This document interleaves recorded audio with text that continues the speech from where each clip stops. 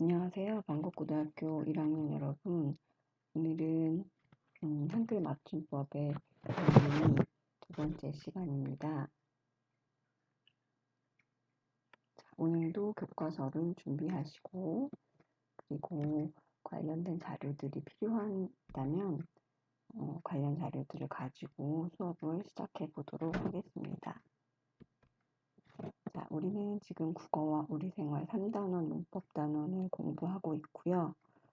오늘은 한글 맞춤법의 원리 두 번째 시간입니다. 지난 시간에 배웠던 기본적인 한글 맞춤법의 원리에 이어서 오늘은 추가적으로 한글 맞춤법의 원리 그리고 표준어 규정을 살펴보고요. 학습활동 풀이를 해보도록 하겠습니다. 여러분 준비되셨죠? 그럼 시작하겠습니다.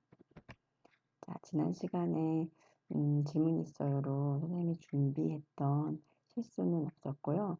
대신에 이번에는 한글 맞춤법 내용이 반영된 현실 생활에서 자주 틀리는 맞춤법 내용들을 대화로 묶어서 복습을 한번 해보도록 하겠습니다. 자, 지금 대화에 나오는 내용 좀 익숙하죠? 교과서 143쪽에서 틀리기 쉬운 맞춤법 함께 알아봤던 내용들인데요. 대화의 부분을 살펴보겠습니다. 자, A라는 친구가 오늘은 왠지 떡볶이가 먹고 싶네 라고 얘기했는데 여기서 틀린 부분 찾을 수 있나요? 네, 바로 이 부분이죠. 자, 이거 어떻게 바꿔 써야 되죠? 왜인지라는 의미로 사용할 때는 이 왠자를 쓰는 게 아니죠. 그렇죠. 왠지, 왜인지의 준말로 왠지를 써야지 맞습니다. 그러면 A의 물음에 대해서 대답한 B는 오늘은 떡볶이 안 먹으면 안 돼. 이 부분에서 틀린 부분을 찾아볼까요? 그렇죠. 바로 이 부분이죠. 어떻게 써야지 맞죠? 네, 아니하다의 준말인 아니 아니라 아니의 준말인 아니 되겠죠. 네, 안 먹으면 그럼 뒤에는 뒷부분에 또 틀린 부분은 그렇습니다. 안 돼. 네, 지난 시간에 했던 아니하다 아니의 준말인 안과 안 발음은 똑같습니다. 지금 헷갈릴 수 있습니다. 이것과 오늘 학습활동에서 나오게 되는 돼와 돼 이것도 헷갈리는 거죠. 문장의 끝에 쓸 때는 바로 돼를 씁니다. 돼어의 준말이거든요. 자, 이것도 우리 오늘 살펴보는 내용 중에 하나니까 기억해 두고 가도록 합시다. 그러면 대답의 A의 대답. 그럼 김밥은 어떻게 생각해? 이 부분에서 틀린 점은요? 그렇죠. 바로 어떻게입니다. 어떻게 생각해 할 때는 히읗 받침이 들어간 어떻게 라고 써야 포기해야지 맞죠. 어떻게 잘못 쓴 어떻게는 어떻게 해가 줄어든 말이에요. 어떻게는 어떠하다가 줄어든 준말이므로 빨간 글씨 어떻게를 써야지 맞습니다. 네, 틀리기 쉬운 문법 헷갈리지만 쉽게 구분하는 방법도 지난 시간에 설명했기 때문에 그 영상의 내용을 한번 참고해서 다시 한번 구분해 보세요. 그러면 오늘 한글 맞춤법, 표준어 규정 그리고 학습활동 풀이를 한번 시작해 보도록 하죠. 자, 한글 맞춤법 규정은 굉장히 여러 가지인데요. 우리가 지난 시간에 가장 중요했던 총칙 여러분 기억하나요? 네, 우리 교과서 기억이 안 나는 사람은 140쪽에 위쪽 부분에 나와 있는 내용을 살펴보면 한글 맞춤법은 표준어를 소리대로 적되 어법에 맞도록 함을 원칙으로 한다라고 하는 내용을 찾을 수 있을 거예요. 그것이 바로 제1항의 내용입니다. 총칙의 가장 중요한 1항의 내용이죠. 그 이외에도 굉장히 여러 가지 규정들이 있는데요. 그 중에 한 3가지 정도만 소개하려고 해요. 일단 두음법칙에 해당하는 것인데 제10항 한자음 여요 유니 단어 첫머리에 올 때는 두음법칙에 따라서 여요 유이로 적는다 라고 되어 있는 항이에요. 두음법칙이라고 하는 것은 단어의 첫 번째 머리에 특정한 소리가 나타나지 못하는 현상을 얘기하는 거예요. 여기에 해당하는 제시팡 또 다른 또 하나의 항도 살펴볼 건데요. 이럴 경우에는 한자어 개진 여자를 쓰지 않고 여자를 그대로 읽지 않고 여라고 읽으면 됩니다. 그래서 기역항은 취하고 니은항은 버린다. 바로 이 빨간 테두리 안에 들어있는 여자로 적지 않아요. 여자로 쓰고 연세가 아니라 연세로 쓰죠. 우리가 실제로 이렇게 표기하고 있는 내용들입니다. 그래서 여요유의로 적는다. 연요유의 대신에. 하지만 의존명사는 그 음을 그대로 인정해서 쓰죠. 양 또는 연. 실제로 우리가 표기하고 있는 내용 그대로죠. 이것이 한글 맞춤 규정에 나와 있는 내용이에요. 자, 다음 하나 더 살펴볼까요? 자, 11항에 나와 있는 랴, 려, 례, 류, 리도 단어 첫머리에 올 때는 두음 법칙에 따라서 야, 여, 예, 요, 유, 이로 적는다. 마찬가지로 기역항은 취하고 니은항은 버린다. 양심이라고 쓰지 않고 양심이라고 씁니다. 마찬가지로 역사는 역사로, 예의가 아니라 예의 이렇게 쓴다는 얘기죠. 이것이 바로 두음 법칙입니다. 하지만 이렇게 은존 명사는 보는 그대로 쓰죠. 이런 다만 조항들 또는 붙임 조항들, 예외적인 조항들이 있지만 우리가 기본적인 조항, 제10항과 제11항에 나와 있는 두음 법칙의 내용들은 굉장히 많이 쓰고 있는 그런 규정이란 말이에요. 이런 것들은 우리가 알아두는 것이 좋겠다라고 생각해서 여러분들에게 안내합니다. 자, 그 다음에 한 가지 더 살펴볼게요. 제23항인데요. 이것은 우리가 오늘 배우는 내용하고도 연결이 되어 있습니다. 학습활동 내용이죠. 하다나 거리다가 붙는 어근에 이가 붙어서 명사가 된 것. 이것은 그 원형을 밝혀 적는다라고 되어 있습니다. 기역은 취하고 마찬가지로 기역항은 취하고 니은항은 안 쓰겠다는 얘기죠. 자, 깔쭉이. 여기는 깔쭉하다와 깔쭉거리다가 붙을 수 있는 어근이거든요. 굉장히 생소한 단어인데 여러분들 문학에서 황지우 시인의 새들도 세상을 뜨는구나 라는 작품 안에 나와 있는 내용 중에 표현 중에 하나예요. 깔쭉거리다, 깔쭉하다. 기억해 두시면 그 작품을 배울 때 분명히 좋은 정보가 될 수 있습니다. 자, 이렇게 깔쭉 또는 꿀꿀 이런 하다나 거리다가 붙을 수 있는 어근에 이가 붙어서 된 명사들은 원형을 밝혀서 씁니다. 깔쭉 이가 맞고요. 꿀꿀 이가 맞죠. 하지만 이 하다나 거리다가 붙을 수 없는 어근에 이나 다른 전미사가 붙어서 명사가 된 것은 소리 나는 대로 그대로 적습니다. 밑에 나와 있는 예시들이 그런 것들이죠. 다 굉장히 익숙한 단어들이죠. 네, 여러분들 한번 살펴보시면 되겠습니다. 자, 그 다음에는 표준어 규정을 살펴볼 건데요. 아마 중학교 때 총칙의 내용은 굉장히 중요하게 다뤄졌을 거고 외우고 있는 사람들도 굉장히 많을 거라는 생각이 듭니다. 자, 한번 복습하는 의미에서 살펴보면 표준어 규정의 제1항은 우리가 잘 알고 있다시피 첫 번째 교양 있는 사람들이라는 키워드가 있어요. 바로 이것은 사회적 기준에 해당하는 가장 중요한 키워드고요.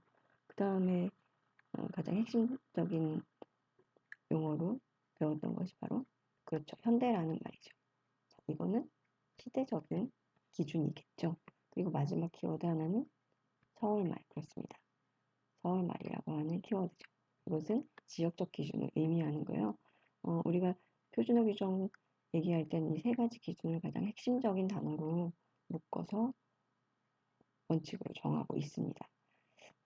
해설에 나와 있는 부분을 잠깐 한번 살펴보면 이 표준어라고 하는 것은 사회적, 시대적, 지역적 이런 기준에 따라서 여러 형태로 쓸 수 있는 말들을 한 개 또는 두 개 이상의 표준어로 제시하는 것이에요. 표준어가 하나의 단어로만 통일되어 있는 것은 아닙니다.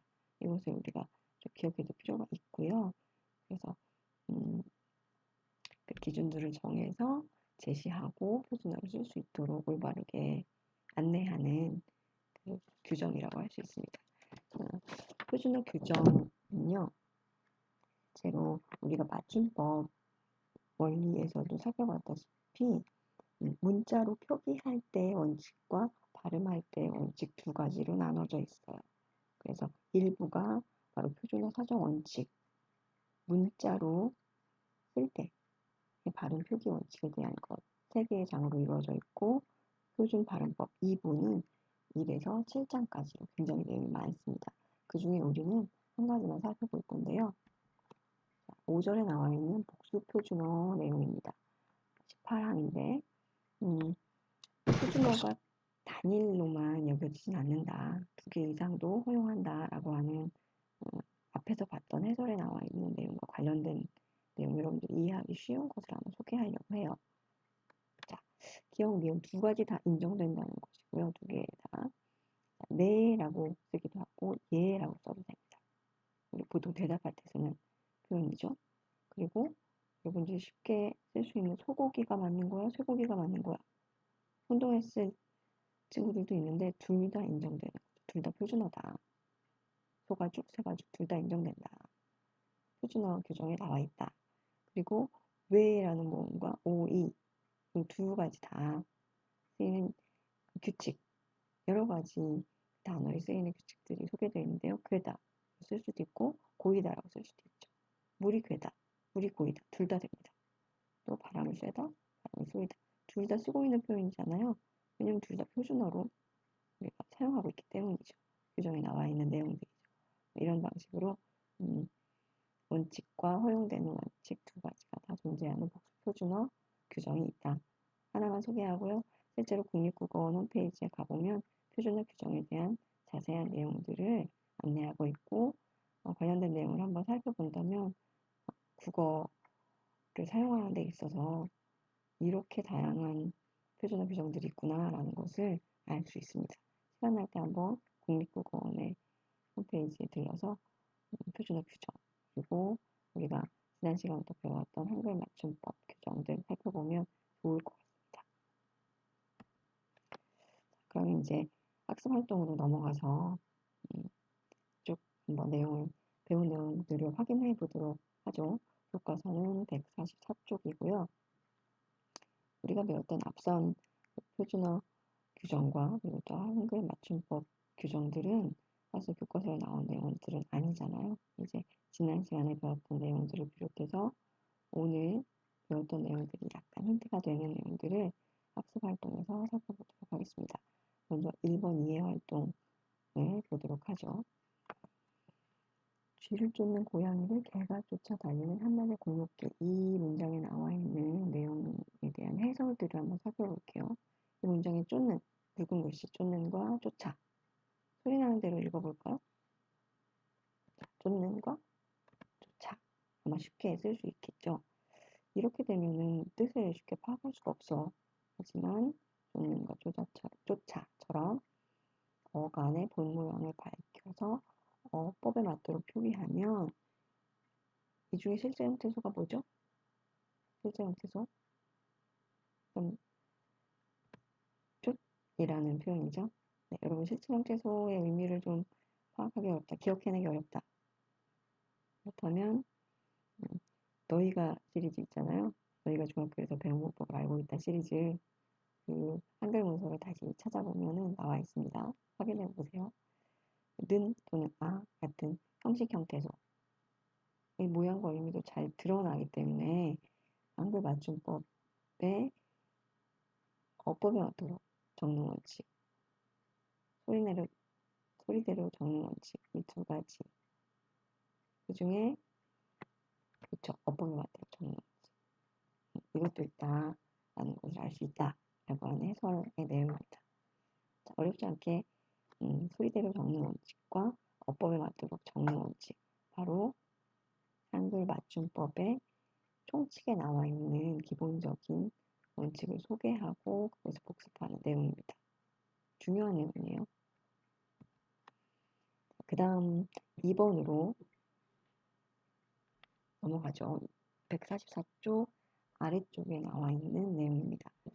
제시된 단어들을 발음 한번 해보고 소리대로 표기한 말인지 어법에 맞도록 표기한 말인지 한번 구분해 보도록 하자. 자, 시작해 볼까요? 바람은 그쵸? 그대로 읽습니다. 밥상은 발음하는 거 들어보면 그렇죠. 된 소리가 납니다. 고지는 그렇죠. 국외음화가 반영되기 때문에 고지라고 발음하죠. 이파리 발음은 네, 그대로 소리 나는 대로 표기 또 발음합니다. 그리고 사라지다 네, 그리고 흩어지다는 흩어지다 연음돼서 이렇게 발음이 되죠. 발음하는 것은 사실 우리는 한국어 원어민이기 때문에 그렇게 어렵지 않습니다. 이제부터가 조금 더 어려워지겠죠. 자, 구분한다면 왜 이렇게 구분할 수 있는지 이유도 알아야 되잖아요. 그 이유를 구체적으로 살펴보도록 합시다. 일단 소리대로 표기한 말, 바람과 이파리와 사라지다죠. 하나씩 구체적으로 보면 바람은 표기와 소리가 같은 말 그대로 표준어. 이 바람이 표준어고 표기와 소리가 일치하는 단어죠. 이파리는 잎이라는 어근과 아리라는 전미사로 결합된 단어죠. 근데 아리가 붙는 어근들이 그렇게 많지 않아요. 네, 이런 경우에는 소리대로 표기한다. 라고 지난 시간에 학습했습니다. 사라지다의 경우에는 살다와 지다 라는 용어의 결합인데요. 살다의 의미가 본래의 의미에서 멀어진 단어죠. 그렇기 때문에 얘는 소리대로 표기한다에 해당하는 거죠. 그 다음 어법에 맞도록 표기한 말들을 살펴보죠. 네, 밥상, 받침 비읍 뒤에서 오는 예사소리 시옷이 된소리로 표기되는 그런 단어이기 때문에 이런 때는 어법에 맞도록 표기하게끔 되어 있죠.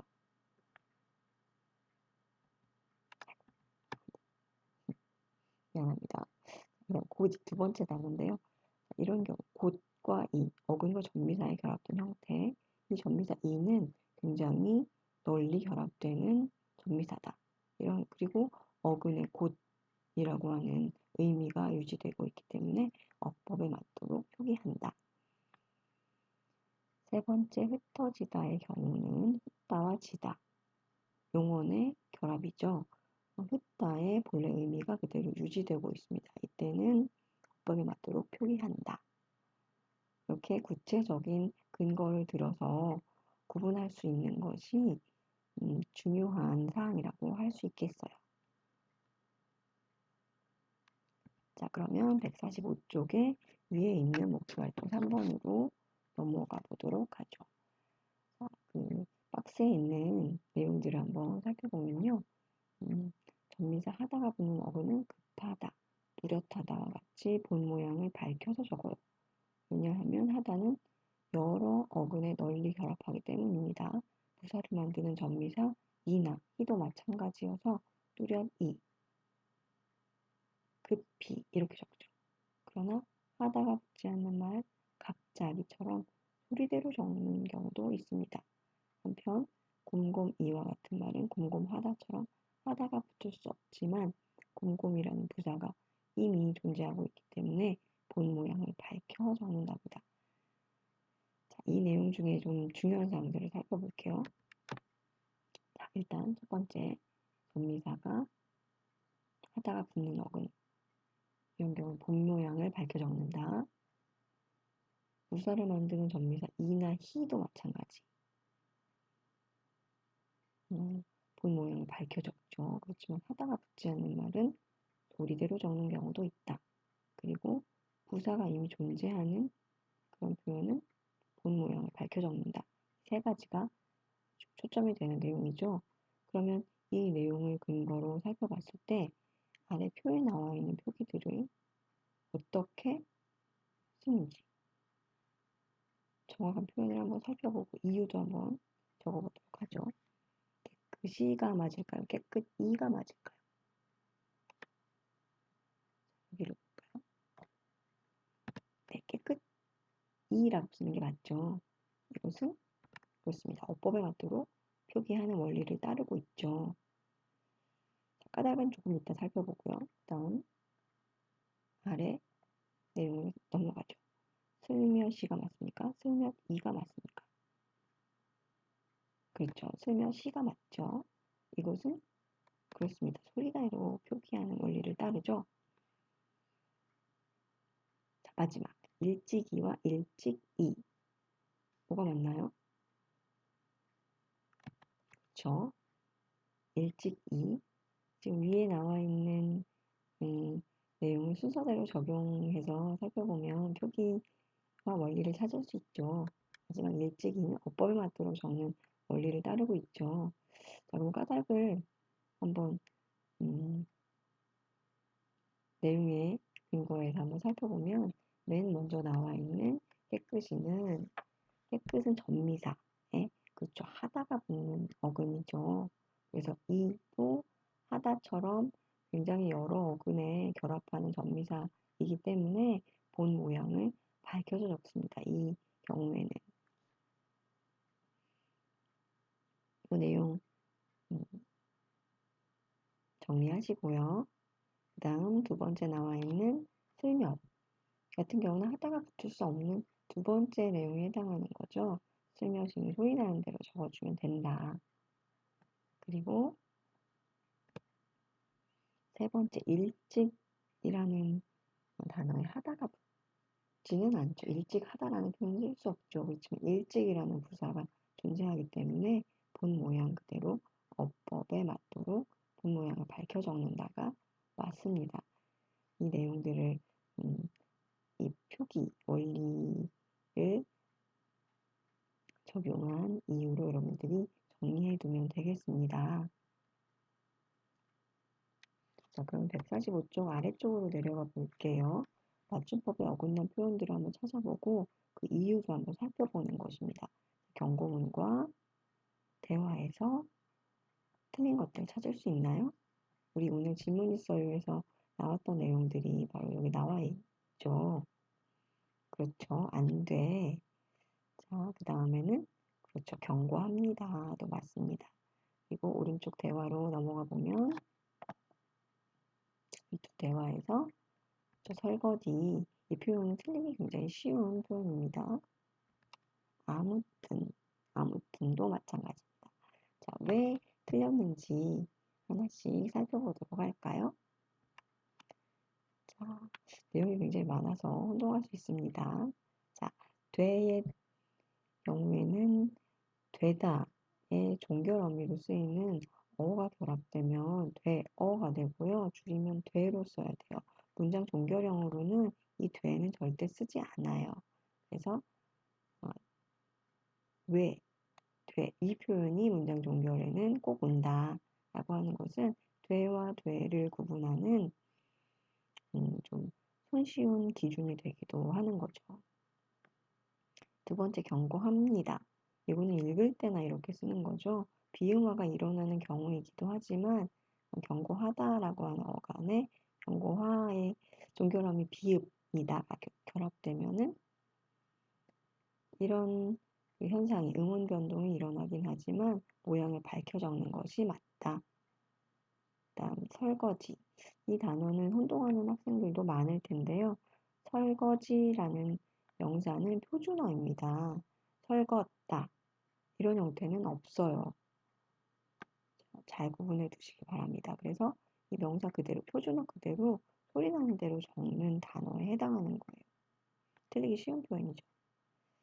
다음 마지막으로 아무튼 이런 표현을 쓰지 않아요. 이렇다 저렇다, 이렇든 저렇든. 이 어간과 어미 구별하여 표기대로 적는 표현들도 있지만 아무튼은 부사예요. 그래서 이것은 표준어 그대로 아무튼, 부사 그대로 소리 나는 대로 적어줘야 되기 때문에 아무튼이 맞습니다. 자, 여러분 여러 가지 나오니까 굉장히 혼동스럽지만 하나씩 구분하는 기준을 살펴보면 그렇게 어렵지 않다는 것을 알 수 있거든요. 반복적으로 한번 살펴봐서 기억할 수 있도록 연습하시기 바랍니다. 자, 그러면 마지막, 대망의 마지막 146쪽에 사이시옷과 관련된 학습활동 내용을 살펴보겠습니다. 자, 이 내용은 원래 굉장히 중요하게 다뤄지는 내용인데요.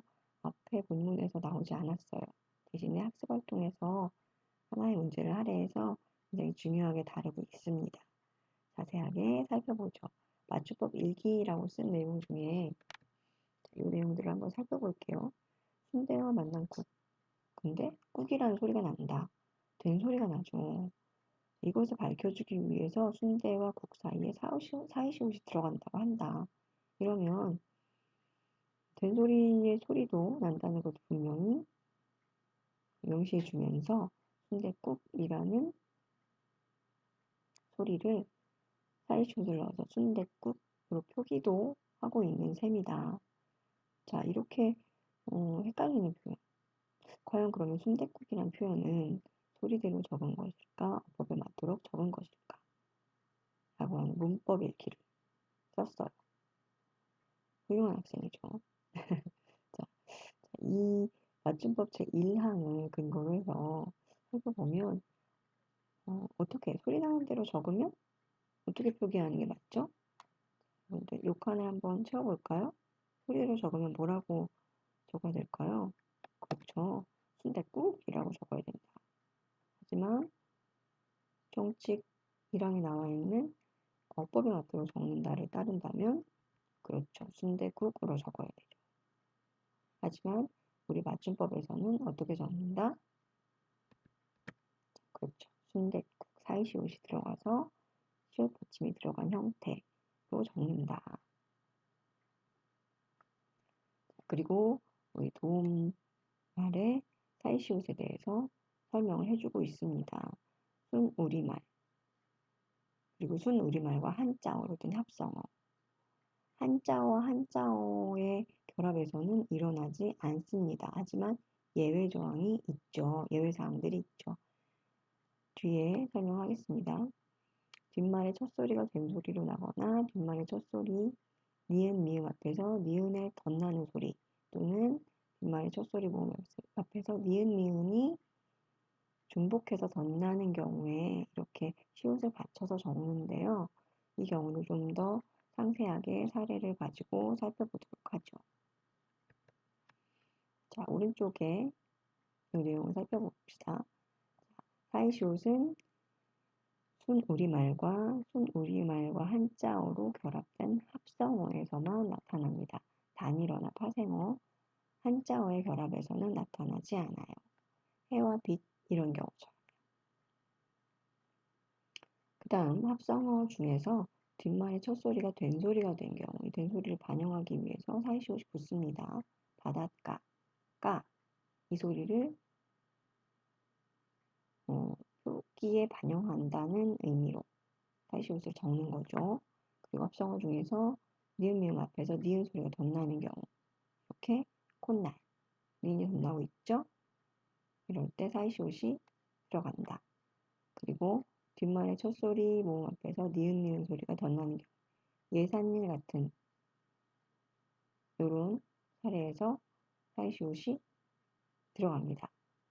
그러면 아까 한자와 한자어로 결합된 말에서는 일어나지 않는다 했는데 예외적인 경우가 몇 가지 있어요.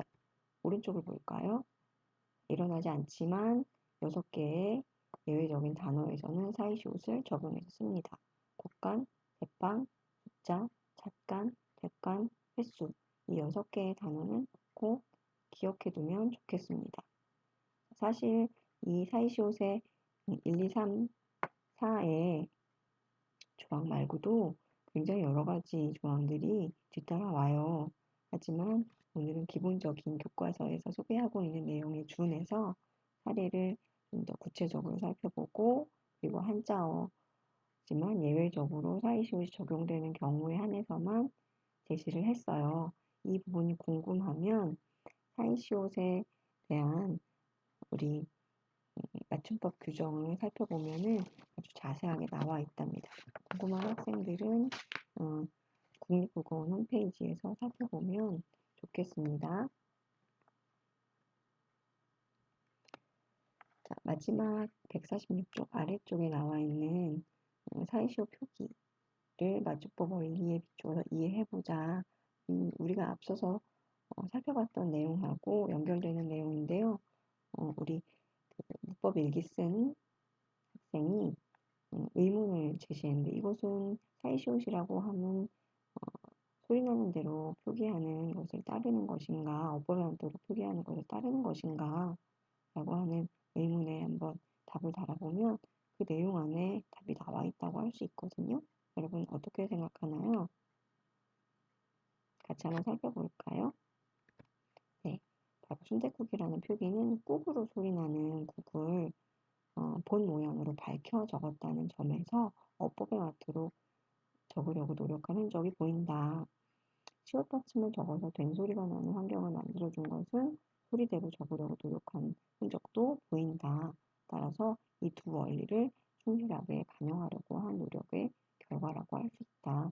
라고 정리할 수 있겠죠. 이 내용은 제시된 일기 안에서도 분명히 살펴볼 수 있습니다. 자, 다음 3번 사이시옷이 들어간 단어들을 한번 찾아볼까요? 자, 위에 있는 내용들은 교과서 내에서 또는 자습서 같은 거 찾아보면 제시된 내용들이거든요. 그 뒤에 또 추가적으로 몇 가지 더 제시했어요. 콧등부터 뒷일까지. 이 외에도 굉장히 많은 단어들이 있으니까 여러분들이 생활 속에서 한번 찾아보시기 바라겠습니다. 자, 우리가 오늘은 한글 맞춤법 원리 지난 시간에 배웠던 총칙과 관련된 기본적인 내용들과 또 주음 법칙에 관련된 내용들 살펴봤는데요. 그리고 더불어서 표준어 규정, 그 중에서도 표준어 규정의 가장 중요한 제1항과 또 복수 표준어에 관한 두 가지 내용 정도를 좀 살펴봤고요. 그리고 학습 활동을 풀어보았습니다. 이번 소단원을 마치고요. 다음 시간에는 소단원 평가와 즐거운 과제 준비하고 있습니다. 지난 시간처럼 평가 내용이 많지는 않을 거고요. 과제도 좀 더 단순한 형태로 제시할 거니까 여러분 다음 시간을 기대해 주고 학습하는 그 이수 현황을 선생님이 살펴보고 오늘은 정말 기쁨의 환호를 표현했답니다. 여러분들 학습 결과가 굉장히 좋았고요. 거의 뭐 한 8, 90%가 넘는 학생들이 온라인 학습을 지루함에도 불구하고 특히나 문법 단어는 정말 열심히 해주고 있었어요. 여러분들에게 박수와 응원을 보내면서 다음 시간 평가와 과제로 만나도록 하겠습니다. 여러분들 수고하셨고요. 즐거운 언어와 함께하는 국어 생활하시기 바라겠습니다. 감사합니다.